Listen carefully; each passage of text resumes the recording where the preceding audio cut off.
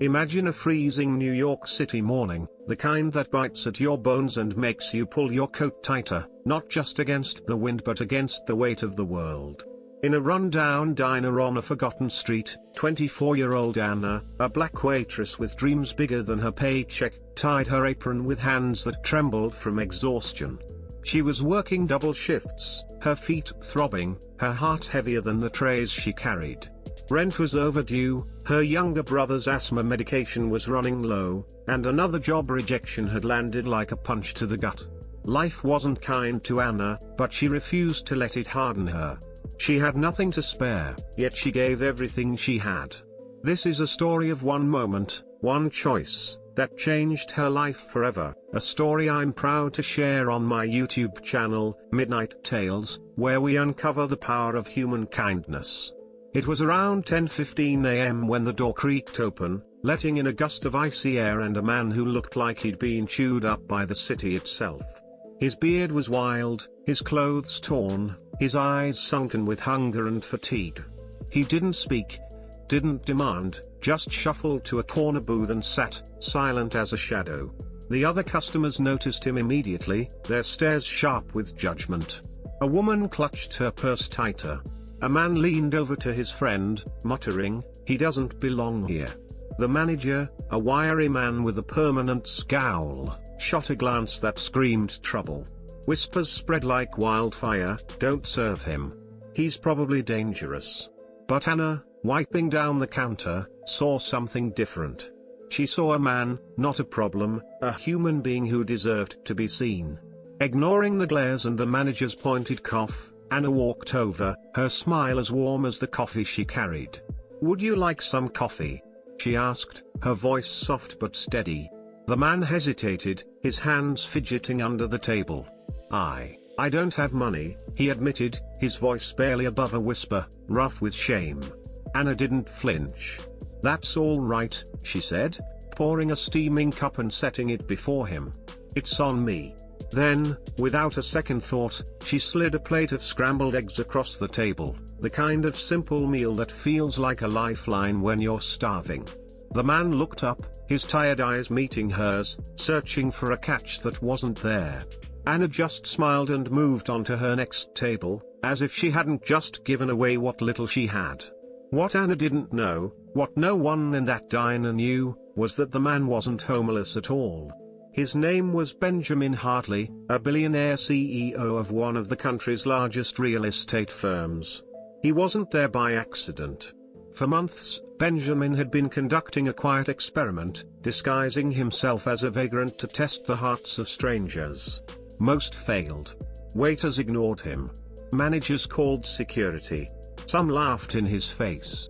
But Anna was different, and Benjamin noticed. He watched her closely as he sipped the coffee, the warmth of the mug nothing compared to the dignity she'd given him.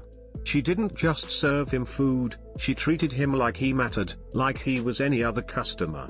Every time she passed his table, she offered a refill, a smile, a moment of kindness that cost her nothing but meant everything. Behind her warm exterior, though, Benjamin saw something else. He was trained to read people, a skill honed by years in boardrooms and negotiations. Anna's eyes told a story her smile tried to hide. They were tired, not just from long shifts but from carrying a weight no one else could see. As the lunch rush slowed, Anna slipped a small paper bag onto his table. "I packed this for you," she said softly, "in case you get hungry later." Benjamin peeked inside, a sandwich, a banana, a bottle of water. Simple, but deliberate. "Why are you doing this?" he asked, his voice low, testing her. Anna paused, her gaze steady but vulnerable. "Because no one deserves to be invisible," she said. Those words hit Benjamin like a thunderbolt. For a moment, he was speechless, his carefully crafted disguise feeling thinner than ever. Then, as if on cue, the manager stormed over, his face red with irritation. "Anna, I told you not to serve him," he snapped. "He's scaring the customers." Anna opened her mouth to explain, but he cut her off. "You're on thin ice. Do that again, and you're out." The diner fell silent, all eyes on the confrontation. Benjamin stayed quiet, his gaze fixed on Anna. He wanted to see what she'd do next, how she'd handle the pressure. Most would back down, apologize, conform. But Anna surprised him again. As her shift ended, she walked back to his table, her hands shaking slightly as she slipped a crumpled $10 bill onto the table. "I hope you find a warm place to sleep tonight," she whispered. Benjamin stared at the bill. Her meal hadn't even cost that much, and from the way her fingers lingered on her coat pocket, he could tell it was probably all she had left. This wasn't just kindness, it was sacrifice. For the first time in years, Benjamin Hartley felt something stir in his chest. He'd built an empire, amassed billions, but nothing had moved him like this. Anna's act wasn't calculated or performative, it was raw, real, and rare. That night, as Anna walked home through the unforgiving streets, her coat pulled tight against the wind, she had no idea the impact she'd made. She didn't know that she and her brother were 2 weeks from eviction, that their landlord had lost patience, or that the $10 she'd given away was money she desperately needed for his medication. Yet, somehow, she didn't regret it. Her heart was lighter, even if her pockets were empty. The next morning, Anna returned to the diner, bracing for another grueling shift. But something was off. The air felt charged, like the calm before a storm. Customers whispered, their eyes darting toward the door. The manager paced nervously, his usual swagger gone. Outside, a sleek black Rolls-Royce sat parked across the street, wildly out of place in the rundown neighborhood. At noon, the door swung open, and the same man walked in. Only this time, he wasn't in rags. He wore a tailored navy blue suit, his shoes gleaming, his face clean-shaven and confident. He was almost unrecognizable, but Anna knew those eyes. The manager, oblivious, rushed over, all smiles. "Sir, welcome. Let me get you the best seat." But Benjamin's gaze cut through the room, locking onto Anna. She stood frozen near the counter, her heart racing, unsure what to say. He smiled, a warmth in his expression that hadn't been there the day before. "Hi, Anna. Do you remember me?" Her voice cracked as she answered. You were." Benjamin nodded. "I was the man no one wanted to serve. Except you." The manager's face went pale, his mouth opening and closing like a fish out of water. Benjamin turned to him, his voice calm but razor-sharp. "You judged me the moment I walked in.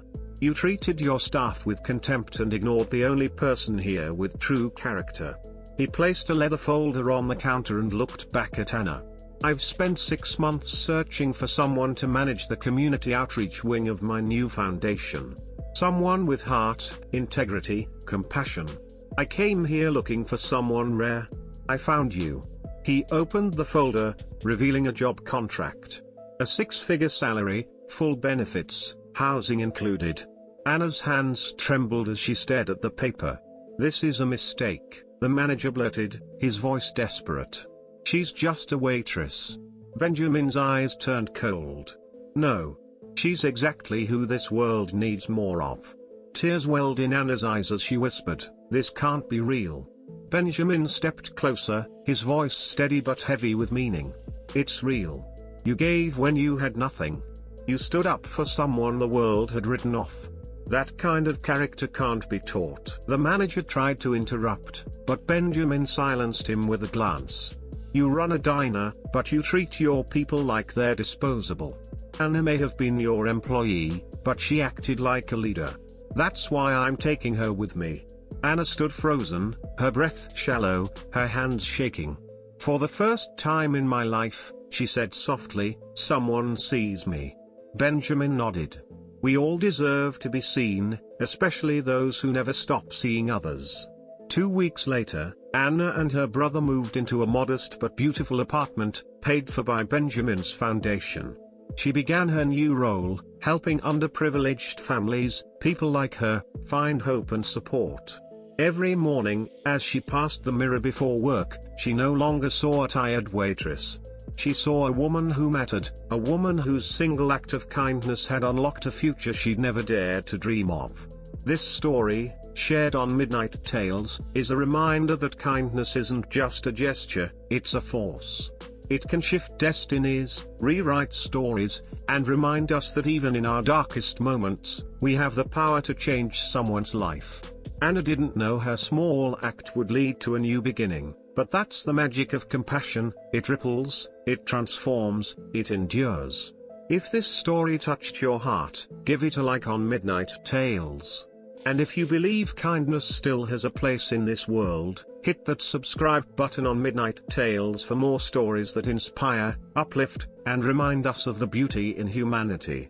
Because sometimes, all it takes is one moment of courage to unlock a future you never thought you deserved.